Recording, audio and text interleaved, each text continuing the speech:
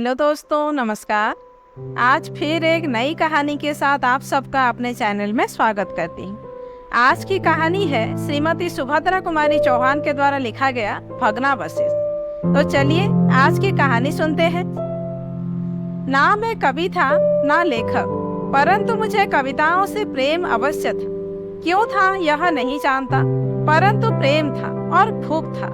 मैं प्रायः सभी कवियों के कविताओं को पढ़ा करता था और जो मुझे अधिक रुचती उनकी कटिंग्स भी अपने पास रख लेता था। एक बार मैं ट्रेन से सफर कर रहा था।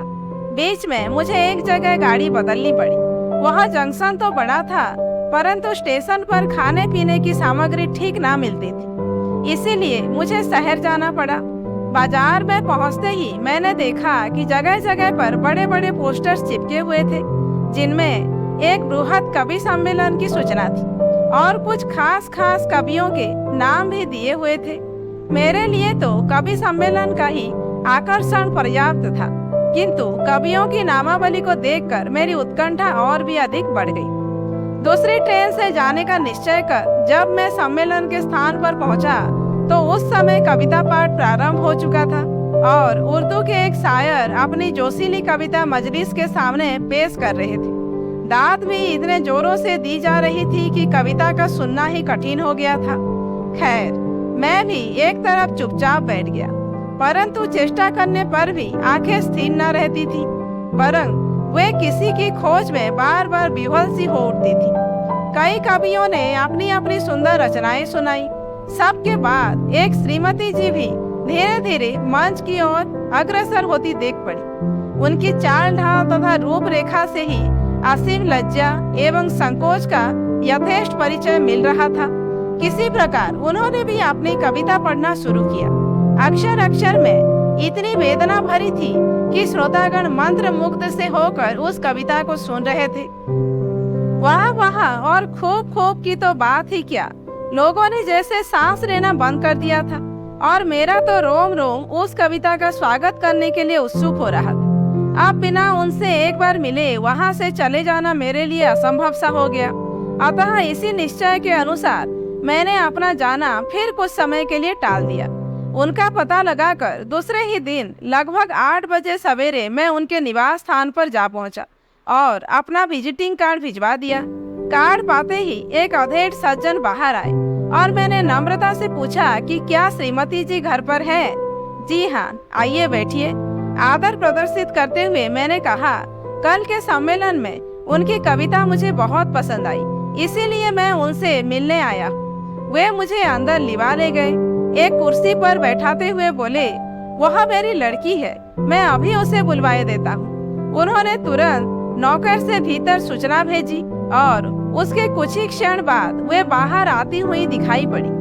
परिचय के पश्चात बड़ी देर तक अनेक साहित्यिक विषयों पर उनसे बड़ी ही रुचिकर बातें होती रही। चलने का प्रस्ताव करते ही उन्होंने संध्या समय भोजन के लिए निमंत्रण दे डाला। इसे अस्वीकृत करना भी मेरी शक्ति के बाहर था, अतः दिन भर वहीं उनके साथ रहने का सुअवसर प्राप्त हुआ और इन थोड़े से घंटों में ही उनकी असाधारण प्रतिभा देखकर मैं चकित सा हो गया। अब तक का मेरा प्रेम प्रणय पूर्व आकर्षण सहसा अभियुक्त आदर में परिणित हो गया। भोजन के उपरांत मुझे अपनी यात्रा प्रारंभ करनी ही पड़ी, परंतु मार्ग भर में कुछ ऐसा अनुभव करता रहा कि मानो कहीं मेरी कोई वस्तु छूट अवश्य गई है। घर लौटकर मैंने उन्हें 2-1 पत्र लिखे, परंतु उत्तर एक का भी ना मिला। कितनी निराशा एवं कितने मानसिक क्लेश का मैंने अनुभव किया, यह लिखना मेरे लिए असंभव है, परंतु बेबस या चुप ही रहना पड़ा। किंतु उनकी कविताओं की खोज निरंतर ही किया करता था। इधर कई महीनों से उनकी कविता भी देखने को नहीं मिली। बहुत कुछ समझाया, परंतु चित्त में चिंता हो ही उठी। तरह तरह की आशंकाएं हृदय को मथने सी लगी और अंत में एक दिन उनसे मिलने की ठान कर घर से चल ही तो पड़ा। किंतु चलने के साथ ही बाईं आंख फड़की और बिल्ली रास्ता काट गई। ये अपशकुन भी मुझे अपने निश्चय से विचलित न कर सके और मैं अपनी यात्रा में बढ़ता ही गया। परंतु वहां पहुंचकर वही हुआ जो होना था। वह वहां ना मिली। मकान में ताला पड़ा था। पता लगाने पर ज्ञात हुआ कि कई महीने हुए उनके पिता का देहांत हो गया और उनके मामा आकर उन्हें अपने साथ लिवा ले गए। बहुत पता लगाने पर भी उनके मामा के घर का पता न पा सका। इस प्रकार वे एक हवा के झोंके की तरह मेरे जीवन में आई और चली भी गई। मैं उनके विषय में कुछ भी न जान सका। 10 वर्ष के बाद एक दिन फिर मैं कहीं जा रहा था। बीच में एक बड़े जंक्शन पर गाड़ी बदलनी थी। वहां पर 2 लाइनों के लिए ट्रेन बदलती थी। मैं 2nd क्लास के कंपार्टमेंट से उतरा। ठीक मेरे पास के ही एक 3rd क्लास के डिब्बे से एक स्त्री उतरी। उसका चेहरा सुंदर किंतु मुरझाया हुआ था। आंखें बड़ी बड़ी किंतु दृष्टि बड़ी ही कातर थी। कपड़े बहुत साधारण और कुछ मैले से थे। गोद में 1 साल भर का बच्चा था। आसपास और भी 2-3 बच्चे थे। मैंने ध्यान से देखा, यह वे ही थी। मैं दौड़कर उनके पास गया। अचानक मुंह से निकल गया, आप यहाँ इस वेश में? उन्होंने मेरी तरफ देखा। उनके मुंह से एक हल्की सी चीख निकल गई। बोली, हाय, आप हैं? मैंने कहा, हाँ मैं ही हूँ, आपका अनन्य भक्त, आपका एकांत पुजारी। किंतु आप मुझे भूल कैसे गई? आपकी कविताएं ही तो मुझे जलाती थी। आपने अब कविता लिखना भी क्यों छोड़ दिया है? अब उनके संयम का बांध टूट गया। उनकी आंखों से न जाने कितने बड़े बड़े मोती बिखर गए।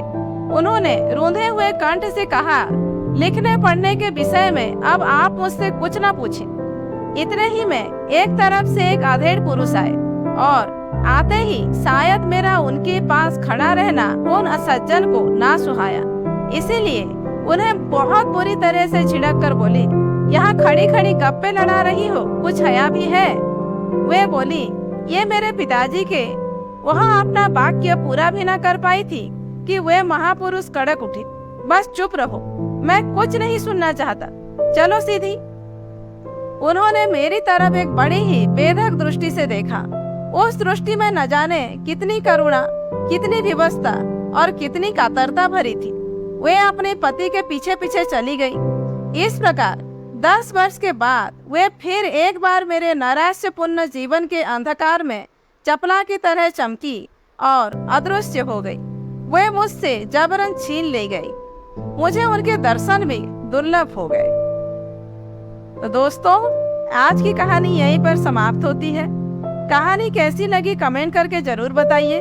अच्छी लगी हो तो एक लाइक कीजिए, जानने वालों को शेयर कीजिए और ऐसे ही वीडियोज देखने के लिए मेरे चैनल को सब्सक्राइब जरूर कीजिए।